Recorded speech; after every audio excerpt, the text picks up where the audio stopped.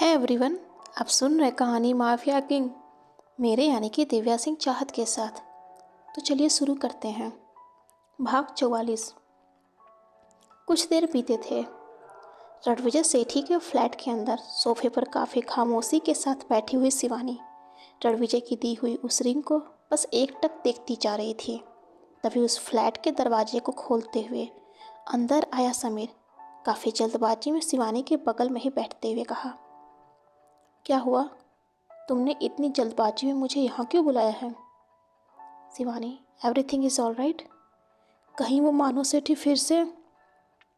लेकिन इसके पहले ही शिवानी उसके गले से लगते हुए सिसक उठी थी। समीर, मेरे साथ धोखा हुआ है। सिर्फ मेरे काम, मेरे पैशन के साथ ही नहीं, मेरे दिल, मेरी आत्मा तक के साथ सिर्फ फरेब हुआ है। बस खेला गया है समीर। आखिर क्यों? आखिर मुझ में ऐसी क्या कमी थी समीर कि मेरे साथ इतना बड़ा धोखा किया गया? मेरा बस इस्तेमाल किया गया और आज भी लोग सिर्फ मेरा इस्तेमाल ही करते जा रहे हैं। Shivani, just calm down. पहले मुझे बताओ तो सही कि आखिर बात क्या हुआ है। अचानक से तुम इस तरह की बातें क्यों कर रही हो? शिवानी को इस तरह से बिलखते देख समीर भी इस वक्त थोड़ा कंफ्यूज व परेशान नजर आने लगा था। तो वही शिवानी इस बार उससे दूर होने के साथ साथ सामने टेबल पर रखे उस फाइल को उठाते हुए समीर की तरफ बढ़ा दिया था, जिस फाइल को उसने रणविजय के फ्लैट में मौजूद फाइलों के उस गट्ठर से निकाला था, जिसे देख समीर भी उतना ही ज़्यादा चौंक गया था। ये सब तुम्हें कहाँ मिला? जहाँ से मुझे रणविजय के खिलाफ वो सारे सबूत मिले थे, वहीं से आज ये भी मिला है, शिवानी ने सिसकते हुए कहा था। लेकिन इस बार समीर किसी गहरी सोच में उलझते हुए कहा, शिवानी, मुझे ऐसा क्यों लग रहा है कि ये सब किसी बड़े प्लान का हिस्सा है। आई मीन नथिंग, कुछ नहीं। लेकिन अगले ही पल उसने अपनी बातों को बीच रास्ते में ही रोक भी दिया था। मतलब, तुम कहना क्या चाहते हो? तभी समीर की बातों को सुन शिवानी इस बार थोड़ी कंफ्यूज होते हुए बोली। तो ही समीर उस फाइल को वापस से टेबल पर रखते हुए कहा, शायद मैं गलत हूँ, लेकिन मुझे लगता है कि उस दिन रणविजय के खिलाफ तुम्हें जो सबूत मिले थे, रणविजय खुद चाहता था कि वो तुम्हारे हाथ लगे और वो सामंत गोयल आकर उसे यहाँ से ले जाए। व्हाट? लेकिन वो ऐसा क्यों चाहेगा? अब इतना तो मुझे भी नहीं मालूम, लेकिन तुम खुद सोच कर देखो, जो शख्स इतना बड़ा लॉयर हो, जिसका दिमाग इतना तेज चलता हो कि कोर्ट के अंदर हारी हुई बाजी को तुरंत पलट के रख देता है, वो अपने खिलाफ सारे सबूत ऐसे कहीं खुलेआम फेंका तो नहीं रहेगा। इनफैक्ट मुझे तो ये भी डाउट हो रहा है कि रणविजय सेठी को तुम्हारे बारे में पहले से ही पता था। तुम कौन हो, उसकी लाइफ में, यहाँ तक कि उसके घर में आने के पीछे तुम्हारा मकसद क्या है, ये सारी बातें उसे पहले से ही पता था। इनफैक्ट इसका मतलब, तभी तो उस दिन मुझे सामंत सर के साथ देखकर भी उसे हैरानी नहीं हुई थी। इनफैक्ट उसने तो सबके सामने अपने प्यार का इजहार भी कर दिया था। समीर की बातों को बीच में काटते हुए शिवानी ने कहा। लेकिन उसकी बातों पर समीर अभी कोई जवाब दे पाता उससे पहले ही शिवानी ने एक बार काफ़ी मायूसी के साथ कहा था,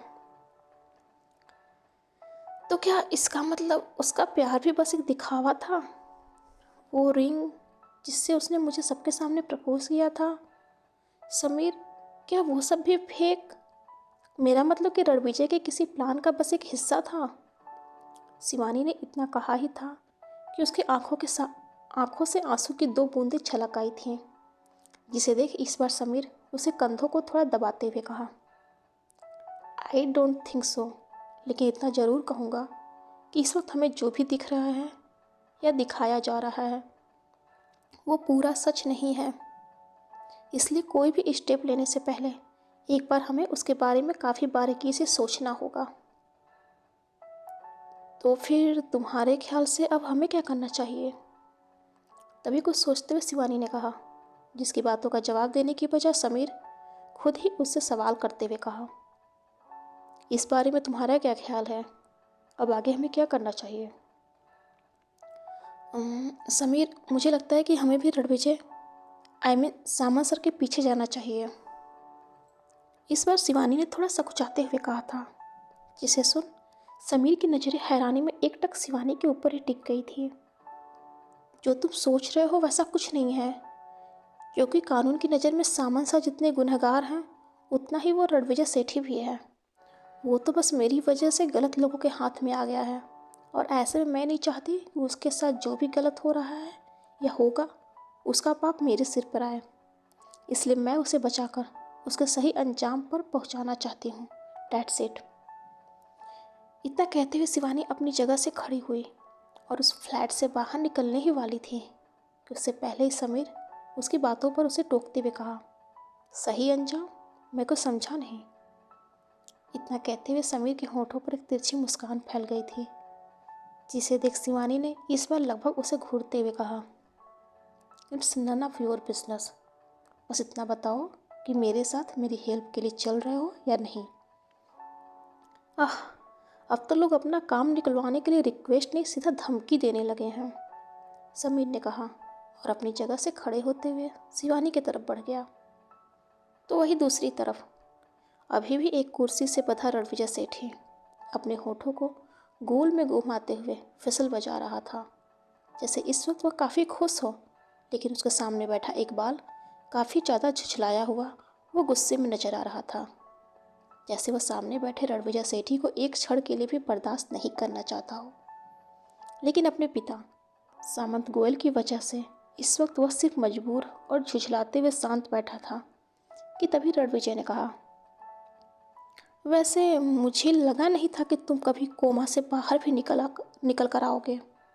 उस वक्त लगा था कि तुम्हारे कर्मों का हिसाब हो चुका है, लेकिन मैं गलत था।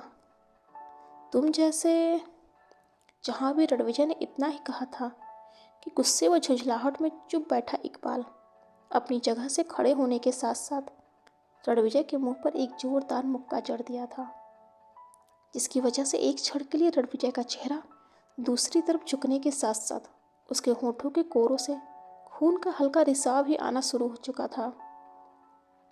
लेकिन उन दोनों में से अभी कोई कुछ कह पाता उससे पहले ही पीछे खड़े सामंत गोयल ने लगभग चीखते हुए कहा, क्या हो रहा है यहाँ? हाँ, और तुमसे मैंने क्या कहा था?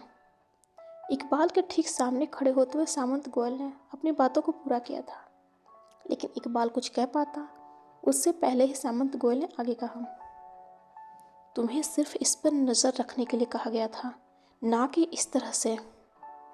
खैर छोड़ो।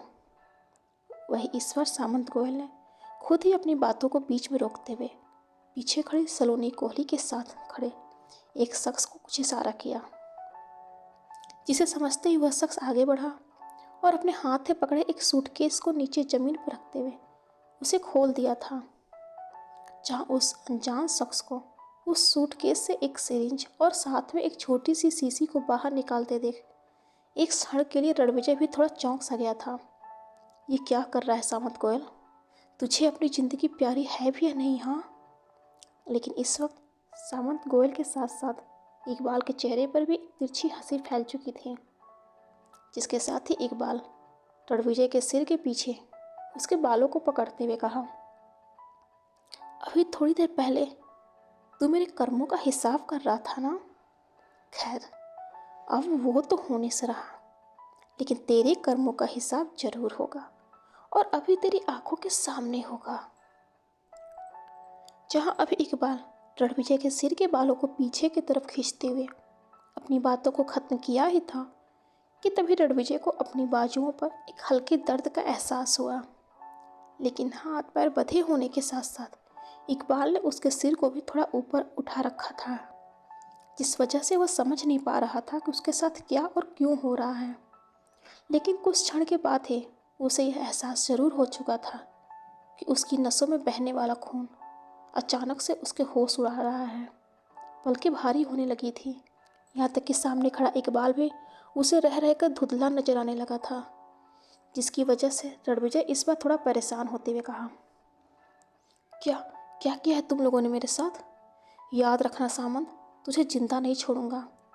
बस एक बार मेरा हाथ खोल कर दिखा, अकेले ही तेरी पूरी अस्तित्व को न मिटा दिया तो मेरा नाम रणविजय सेठी नहीं।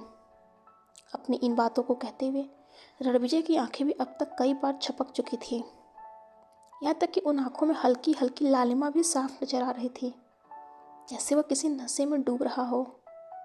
लेकिन सामने खड़ा इकबाल, इस बार जिसके चेहरे पर कोई गुस्सा नहीं बल्कि एक हंसी थी। ओह, एक बार हाथ खोलते तू हमारी पूरी अस्तित्व मिटा देगा। अगर ये सच है तो चल, तुझे दिया एक मौका और मिटाकर दिखा हमारा अस्तित्व।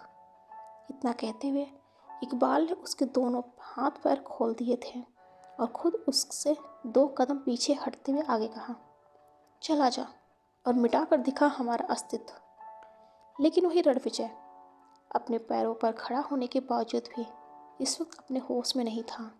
अपनी दोनों हथेलियां से अपने सर को दबाए जैसे ही वह खड़ा हुआ था, अगले ही पल जमीन पर भी गिर पड़ा था। आंखों के भारी होने के साथ साथ उसका सिर भी जैसे चकरा रहा था। तभी कानों में एक बार फिर से इकबाल के ठहाकों की आवाज़ गूंज उठी थी। क्या हुआ? हमारे अस्तित्व को मिटाने की धमकी देकर खुद जमीन पर क्यों रेंगने लगा? हाँ। लेकिन रणविजय इस पर वापस से उठने की बजाय जमीन पर बेहोश हो चुका था। तो उधर दूसरी तरफ अपने कमरे में अभी भी थोड़ी उदास बैठी काव्या हल्की सी सकती हुई भी नजर आ रही थी। तो वही उसके सामने बैठा मानव सेठ ही अपनी उंगलियों को उसके चेहरे की तरफ बढ़ाया ही था कि तभी कमरे के दरवाजे पर किसी की दस्तक देख उसने अपनी उंगलियों को सिर्फ पीछे ही नहीं बल्कि खुद भी अपनी जगह से खड़े होते हुए उस कमरे से बाहर निकल गया था। जहाँ कमरे के बाहर चहलकदमी कर रहे स्टीव को काफ़ी ज़्यादा परेशान देख मानव ने थोड़ी सख्ती में कहा, क्या खबर है? ग्रेट मास्टर, वो एक्चुअली। लेकिन इसके आगे कुछ कहने की बजाय उसकी जुबान जैसे हड़ताल पर चली गई थी। तो वही उसके चेहरे पर घबराहट लेकिन जुबान पर चुप्पी देख मानो का चेहरा अब तक काला पड़ चुका था। जो भी है, साफ साफ बताओ कि बात क्या है। अपने हर एक लफ्ज़ पर जोर देने के साथ साथ मानो ने इस बार थोड़े गुस्से में कहा था। तो वही स्टीव, जिसकी घबराहट पहले से ज़्यादा बढ़ चुकी थी, अपनी टाई को ढीला करते हुए कहा, ग्रेट मास्टर, एक बहुत बुरी खबर है। उस सामंत ने मास्टर के चारों तरफ ऐसा चक्रव्यूह बना दिया है जिसे बाहर से तो क्या, अब खुद मास्टर भी उसे तोड़कर बाहर नहीं आ सकते। मतलब जैसे उसकी जीत और हमारी। क्या बकवास कर रहा है स्टीव? आगे एक लफ्ज़ भी कहा तो अंजाम अच्छा नहीं होगा। स्टीव की आधी अधूरी बातों पर ही मानो गुस्से में उसके कॉलर को पकड़ते हुए चीख उठा था। बड़े को कुछ नहीं होगा और ना ये मानव सेठी उस सामंत गोयल को कभी जीतने देगा। आई बात समझ में?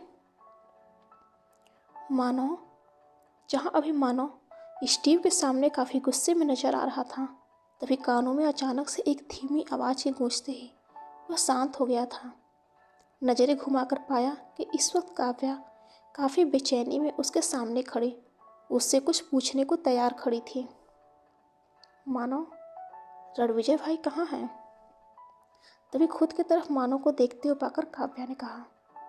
तो वह उसकी बातों को सुन मानो के साथ साथ उसके पीछे खड़ा स्टीव भी सन्न रह गया था, जिसे देख काव्या ने आगे कहा, मानो, मैं कुछ पूछ रही हूँ, रणविजय भाई कहाँ हैं? बड़े किसी काम से बाहर गया हुआ है, 1-2 दिन में आ जाएगा।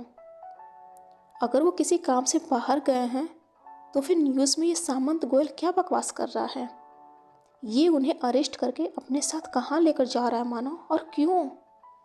इतना कहते हुए काव्या ने अपना फ़ोन सामने खड़े मानो की तरफ बढ़ा दिया था, जहाँ इस वक्त फ़ोन की स्क्रीन पर चल रही न्यूज़ को देख मानो कुछ रिएक्ट कर पाता उससे पहले ही काफ़ी घबराहट और लगभग हाँफते हुए अगस्त्या उसके सामने खड़े होते हुए कहा, सेकंड ब्रदर, उस कमीने सामंत ने हमारी सोच से भी ऊपर की चाल चली है। उसने फर्स्ट ब्रदर को न सिर्फ ड्रग्स दिया है बल्कि मेडिकली इसे प्रूफ करके उन्हें पब्लिक के बीच में गलत साबित करने के साथ साथ वह सरकार से उन्हें तिहाड़ जेल में डालने तक की अपील कर दी थी, जिसमें वो कामयाब भी हो चुका है और आज शाम ही मुंबई से उन्हें दिल्ली लेकर जा रहा है। And I am damn sure कि दिल्ली लेकर जाना भी उसके किसी नए प्लान का ही हिस्सा है। अगर ऐसा है तो मानो अब तक तुम ऐसे खामोश क्यों खड़े हो? रणविजय भाई को जाकर बचाते क्यों नहीं? अगस्त्या की बातों को सुन अब तक काव्या भी काफ़ी घबराहट में मानो की तरफ बढ़ गई थी। यहाँ तक कि उसकी आंखों में एक इस वक्त रणविजय के लिए एक चिंता साफ नजर आ रही थी। लेकिन वही मानो बिना कुछ कहे बस उन्हें और उनकी बातों को इग्नोर करते हुए वहाँ से जा चुका था। इस वक्त सिर्फ मुंबई ही नहीं बल्कि मुंबई के बाहरी इलाकों में भी जैसे काफ़ी कोलाहल मच चुका था, क्योंकि कुछ दिन पहले ही लोगों के बीच एक वीडियो वायरल हुआ था जिसमें वर्ल्ड का टॉप क्रिमिनल लॉयर रणविजय सेठी अरेस्ट हुआ था। लेकिन उसके अरेस्ट होने के पीछे का कारण जानते ही जनता के बीच में फैली उसके प्रति नफरत प्यार में बदल चुकी थी। लोग अब उसकी सलामती में अपने हाथ ऊपर उठाने लगे थे।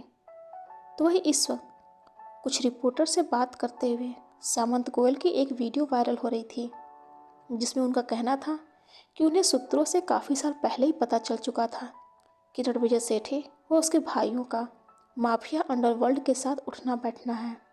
साथ ही इनका ये कोर्ट कचहरी या फिर होटल्स वगैरह तो बस एक दिखावा है, जबकि इनका असली बिजनेस ड्रग्स, कोकेन व खतरनाक हथियारों के साथ साथ मासूम बच्चियों के तस्करी के लिए जाना जाता है। लेकिन सालों से कभी कोई सबूत हाथ लग न पाने की वजह से हम भी बेबस थे। तो ये आज जब इनके पापों का घड़ा भर चुका है और किस्मत ने इनका साथ छोड़ दिया है, तब सिर्फ एक नहीं बल्कि हर दिन इनके खिलाफ अलग अलग सबूत हाथ लगते जा रहे हैं।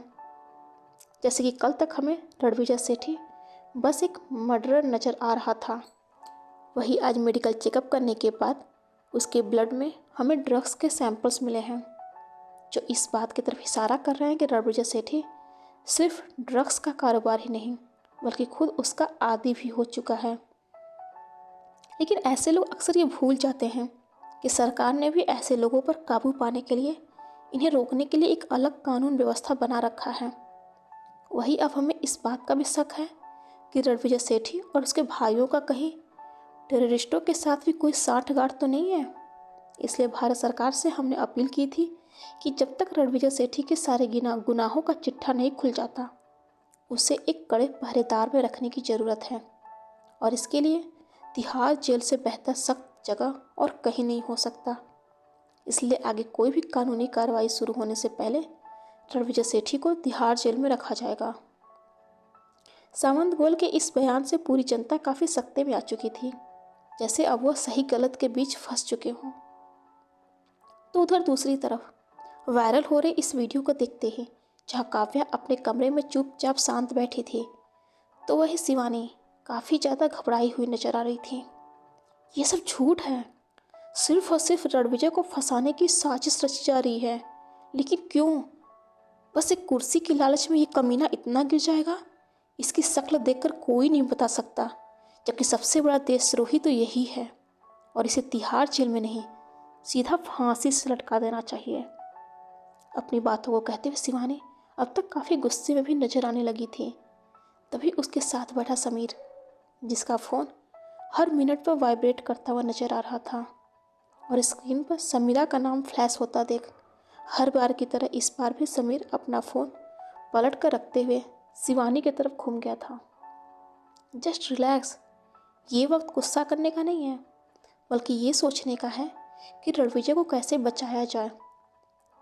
वो तुम्हारी एक फ्रेंड है ना, क्या नाम था उसका? हाँ काव्या, इस वक्त वो कहाँ है? उसके चोट ठीक हो गए?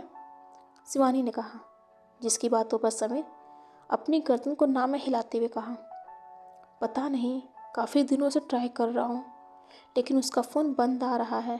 लेकिन उसके बारे में तुम क्यों पूछ रही हो? समीर, उस सामंत और उसके गैंग से निपटना हम दोनों के बस का नहीं है, इसलिए हमें एक्चुअली यू आर राइट, इस मामले में ऑलरेडी एक बार मेरा आमना सामना उस सामंत गोयल से हो चुका है। अगर उस रात वो सेठी ब्रदर्स वो मानव सेठी नहीं आता तो शायद मेरी दोस्त सिर्फ जख्मी ही नहीं, हम दोनों इस दुनिया को भी अलविदा कह चुके होते। समीर ने आगे कहा, जिसे सुन शिवानी अपनी बातों को बीच में ही छोड़ते हुए कुछ क्षण के लिए किसी सोच में पड़ चुकी थी। समीर, तुम काव्या से कांटेक्ट करने की कोशिश करो, बाकी मैं जल्द ही उस सामंत गोयल से निपटने का कोई तरकीब निकालती हूँ। इतना कहते हुए शिवानी ने अब तक अपने फ़ोन की स्क्रीन पर अपनी उंगलियों को दौड़ाना शुरू कर दिया था, जिसे देख समीर तुरंत उसे टोकते हुए कहा, और तुम क्या करने जा रही हो? लेकिन शिवानी उसकी बातों का कोई भी जवाब दिए बिना ही अपने हाथ में पकड़े उस फ़ोन को अपने कान से लगा दिया था। Hello sir, Shivani speaking. Sir, अभी भी टीवी पे न्यूज़ देखा कि आप रणविजय सेठी को तिहाड़ जेल में शिफ्ट कर रहे हैं। सर, इस टाइम आप कहाँ हैं? जहाँ भी शिवानी ने इतना ही कहा था कि पास बैठे समीर को यह समझते देर नहीं लगी थी इस वक्त शिवानी किस शख्स से बात कर रही है, लेकिन इसे समझते उसके चेहरे पर एक हैरानी भी साफ झलक रही थी। वही शिवानी अपनी बातों को पूरा करने से पहले ही चौंक चुकी थी। व्हाट? सर, आप इतनी जल्दी दिल्ली के लिए निकल भी गए? वो एक्चुअली सर, विजय सेठी के खिलाफ हमें कुछ और भी सबूत मिले हैं, वो मैं आपको हैंड ओवर करना चाहती हूँ, इसलिए सोचा था कि एक बार आपसे मिलकर सारे सबूत के डिटेल्स। लेकिन इतना कहते हुए शिवानी की पकड़ अपने फ़ोन पर कस चुकी थी। चेहरे पर छलक रहा गुस्सा भी यह साफ बता रहा था कि शायद फ़ोन की दूसरी तरफ मौजूद सामंत गोयल ने उसके इस बात को ठुकरा दिया था, यानी कि शिवानी का प्लान शुरू होने से पहले ही खत्म हो चुका था। तो उधर दूसरी तरफ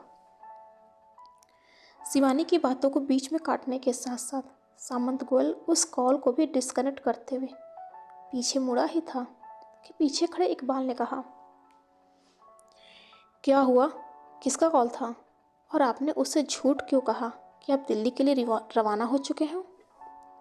नथिंग सीरियस, ये बस हमारे बिछाए शतरंज के वो छोटे प्यादे थे जो वक्त आने पर बड़ा काम आते हैं, लेकिन काम हो जाने के बाद बिल्कुल यूजलेस हो जाते हैं, और उन्हें फिर अपने साथ नहीं बल्कि दूध में पड़ी उस मक्खी की तरह निकाल कर बाहर फेंकना चाहिए। इकबाल के कंधों को हल्का दबाते हुए सामंत गोयल ने कहा, और सामने कुर्सी से बधिर लेकिन बेहोशी की हालत में झूल रहे रणविजय की तरफ बढ़ गया था। अपने आदमियों को बोलो, इसे दिल्ली ले जाते वक्त सभी पुलिस के वर्दी में रहेंगे और पूरे रास्ते इसके ऊपर नज़र रखने की जिम्मेदारी तुम्हारी होगी। लेकिन क्या आपको पूरा यकीन है कि हमारा प्लान कामयाब होगा? मतलब अपने भाई को बीच रास्ते से बचाने के लिए वो दोनों सेठी ब्रदर्स आएंगे? आएंगे, और ज़रूर आएंगे, क्योंकि एक वही वक्त होगा जब वो दोनों भाई अपने भाई को हमारे जाल से आज़ाद करा सकते हैं। लेकिन उस वक्त उन्हें ये नहीं पता होगा कि वो आएंगे तो ज़रूर, मगर अपने भाई को बचा पाएंगे या नहीं, ये वो नहीं, इसका फैसला मैं करूँगा। अपनी बातों को कहते हुए सामंत गोयल के चेहरे पर तिरछी हंसी भी फैल गई थी, लेकिन पास खड़े इकबाल को किसी सोच में उलझा देख उसके कंधों को एक बार फिर से दबाते हुए उन्होंने आगे कहा, चिंता मत करो, अगर हमारा प्लान एक सक्सेस नहीं भी हुआ तो भी कोई दिक्कत वाली बात नहीं है, क्योंकि हमारा प्लान भी सिर्फ धमाका ही करने वाला है, और उसके आगे वो सेठी ब्रदर्स चाह कर भी खुद को कभी नहीं बचा पाएंगे।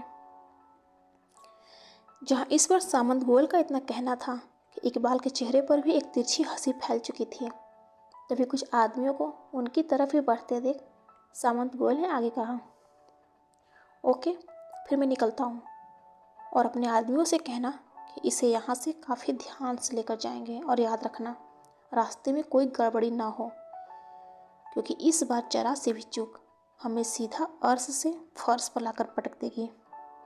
डोंट वरी, मैं सब संभाल लूँगा, इकबाल ने कहा। जहाँ उसका इतना कहना था कि सामंत गोयल भी हल्का मुस्कुराते हुए वहाँ से चले गए थे, जिनके पीछे ही वह सब आदमी भी इकबाल के साथ रणविजय को अपने कंधों पर उठाते हुए आगे बढ़ गए थे। जहाँ एक तरफ आज सामंत गोयल अपने प्लान के मुताबिक रणविजय को ड्रग्स का इंजेक्शन देने के बाद उसे कानून व जनता की नज़र में पूरी तरह से गुनहगार साबित करते हुए मुंबई से दिल्ली ले जाने के लिए निकल गया था, वही आगे भी न जाने उसने सेठी ब्रदर्स के लिए कितने जाल बिछा रखे थे। जिसके बारे में इस वक्त कुछ भी कहना थोड़ा मुश्किल था। तो उधर दूसरी तरफ रणविजय को बचाने के लिए शिवानी ने समीर के साथ साथ काव्या का सहारा लेना चाहा था। तो वही इस वक्त आज की न्यूज़ को देखने के बाद काव्या को रणविजय के बारे में पता चला था। उसे आज मालूम चला था कि सामंत गोयल और उसके पूरे गिरोह का किस्सा हमेशा हमेशा के लिए ख़त्म करने के लिए रणविजय सेठी ने इतना सब कुछ प्लान बनाया था। लेकिन शायद सामंत गोयल और उसके गिरोह के बीच में जाते ही उसका प्लान और वो खुद कमज़ोर पड़ चुका था, जिससे विचलित होकर काव्या भी काफ़ी परेशान नजर आ रही थी।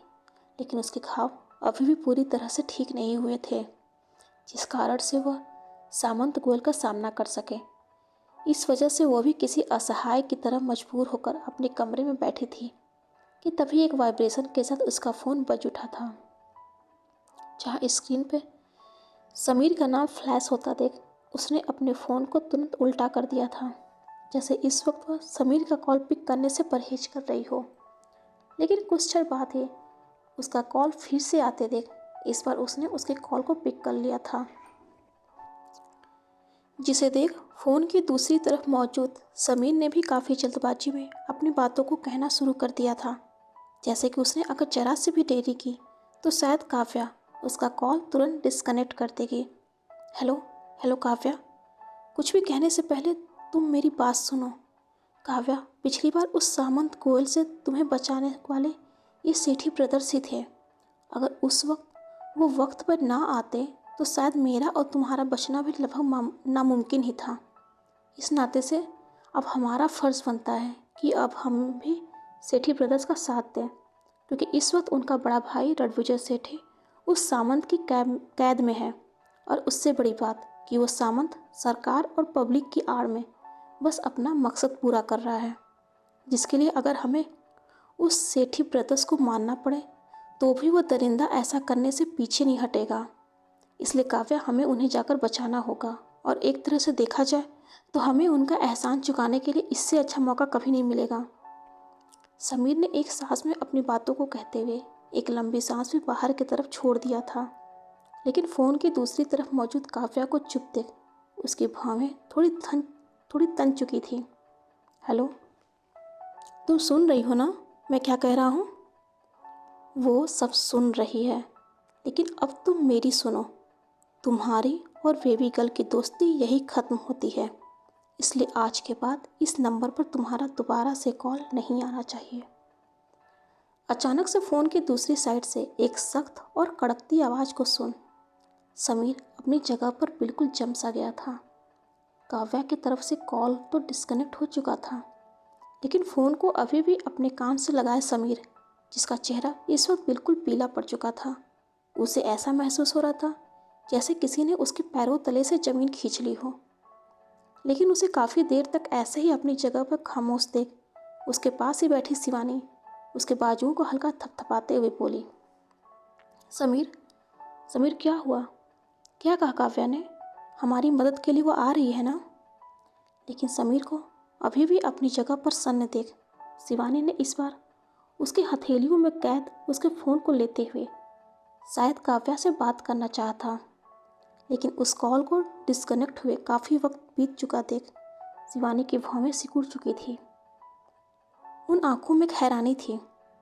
समीर, क्या कहा काव्या ने? तुम ऐसे खामोश क्यों बैठे हो? फॉर गॉड सेक समीर, कुछ तो बोलो। हाँ, अपनी बाजुओं पर पड़ते लगातार थपकियों की वजह से अब तक समीर भी अपने होश में वापस आते हुए कहा था। चेहरे पर एक घबराहट, एक परेशानी को देख शिवानी के चेहरे की घबराहट भी अब तक काफ़ी हद तक बढ़ चुकी थी। समीर, बताओ भी कि काव्या ने क्या कहा? शिवानी, कुछ महीने पहले एक अफवाह सुनने को मिला था कि मानो सेठी ने काफ़ी गुपचुप तरीके से शादी कर लिया है। क्या तुम बता सकती हो इस बात में कितनी सच्चाई है? व्हाट? समीर, इस वक्त इन बातों का नहीं, बल्कि इस वक्त हमें रणविजय को बचाने के बारे में सोचने की ज़रूरत है, और तुम यहाँ कुछ और ही टॉपिक लेकर बैठ गए हो। इस बार घबराहट के साथ साथ शिवानी थोड़ी झुझला भी उठी थी। अरे तुम बताओ तो सही, क्योंकि इस वक्त ये जानना बेहद ज़रूरी है कि उस वक्त जो अफवाह उड़ी थी उसमें कितनी सच्चाई है। तो वही समीर को अभी भी उसी बात से चिपका हुआ थे। शिवानी भी जैसे हथियार डालते हुए बोली, मैं पूरी तरह से श्योर तो नहीं हूँ, लेकिन उस वक्त कुछ सूत्रों से पता चला था कि मानव सेठी ने शादी कर ली है। लेकिन जब उस रात हम लोग सेठी विला के अंदर गए थे तो वहाँ हमें उसकी वाइफ तो छोड़ो, उसकी परछाई तक देखने को नहीं मिली थी। यहाँ तक कि उस विला में हमें किसी लड़की के रहने तक का आभास भी नहीं हुआ था। हम लोग उस वक्त तुम्हारे साथ कोई और भी था क्या जो सेठी विला के अंदर गया हुआ था? हाँ, वो लीजा थी। सामंत सर ने उसे भी मेरे साथ वहाँ। शिवानी की बातों को सुनते हुए समीर ने उसके सामने एक दूसरा सवाल रख दिया था, लेकिन उसका जवाब अभी शिवानी दे ही रही थी कि अचानक से उसे कुछ याद आया और वो काफ़ी जल्दबाजी में अपनी जगह से खड़ी होते हुए दूसरी तरफ बढ़ गई थी, जैसे अचानक से उसे कुछ याद आया हो और वो उसे ढूंढने के लिए निकल पड़ी हो। तो ये अचानक से उसे ऐसे देख समीर ने भी थोड़ी हैरानी में कहा, क्या हुआ, कुछ ढूंढ रही हो क्या? हाँ, वो रणविजय की वो फाइल जिसमें सामंत गोयल और उसके गैंग के खिलाफ सारे सबूत थे। इतना कहते हुए शिवानी के हाथ में अब तक वो फाइल भी लग चुकी थी, जिसे वो काफ़ी जल्दबाजी में समीर के सामने ही रखते हुए बोली, समीर, हमारे रिपोर्ट के मुताबिक लीसा भी हमारी तरह एक अंडरकवर ऑफिसर थी। फिर उसकी फ़ोटो सामंत सर और उनके गैंग के बीच में क्या कर रही है? और उससे बड़ी बात कि इसका नाम यशवर्धन ठाकरे और उनकी बहू रेशमा ठाकरे के साथ जुड़ा हुआ है। इसका क्या मतलब हुआ? और एक बात, शायद तुमने अभी तक ध्यान नहीं दिया कि सामंत सर के कथनानुसार मानव सेठी और उसके भाई इसी यशवर्धन ठाकरे के लिए काम करते थे। फिर रणविजय की बनाई हुई ये रिपोर्ट कुछ और ही बयान क्यों कर रही है? समीर की बातों का जवाब देते हुए शिवानी की बातों का जवाब देते हुए समीर ने कहा, जो शिवानी की तरह इस वक्त खुद भी काफ़ी कंफ्यूज नजर आ रहा था, लेकिन कुछ सोचते हुए वो अपनी जगह से खड़ा हुआ और वहाँ से बाहर निकल गया। इसका जवाब हमें सिर्फ वहाँ जाकर ही मिल सकता है, लेकिन कहाँ? समीर के पीछे दौड़ते हुए शिवानी ने थोड़ी हैरानी में कहा था, सेठी विला। इन सारी बातों का जवाब हमें वही जाकर मिल सकता है, और इस बात का भी जवाब कि मानव सेठी की बेबी गर्ल यानी कि काव्या कोहली उस घर में क्या कर रही है। इस बार समीर की बातों में थोड़ी सख्ती थी, लेकिन वही उसकी बातों को शिवानी अब तक काफ़ी ज़्यादा शौक में थी। व्हाट? ये तुम क्या कह रहे हो? लेकिन समीर को कोई भी जवाब दिए बिना आगे बढ़ते देख शिवानी भी उसके पीछे ही बढ़ गई थी। साथ ही उसे अब तक यह भी समझ आ चुका था कि थोड़ी देर पहले काव्या से फ़ोन पर बात करते वक्त समीर इतने शौक में क्यों नजर आ रहा था। डियर फ्रेंड्स, आज के लिए बस इतना ही। अगले भाग में जल्दी मुलाकात होगी। लेकिन हाँ, अगर आपको मेरी स्टोरी पसंद आ रही है तो प्लीज़ लाइक शेयर सब्सक्राइब जरूर कीजिएगा। हर हर महादेव।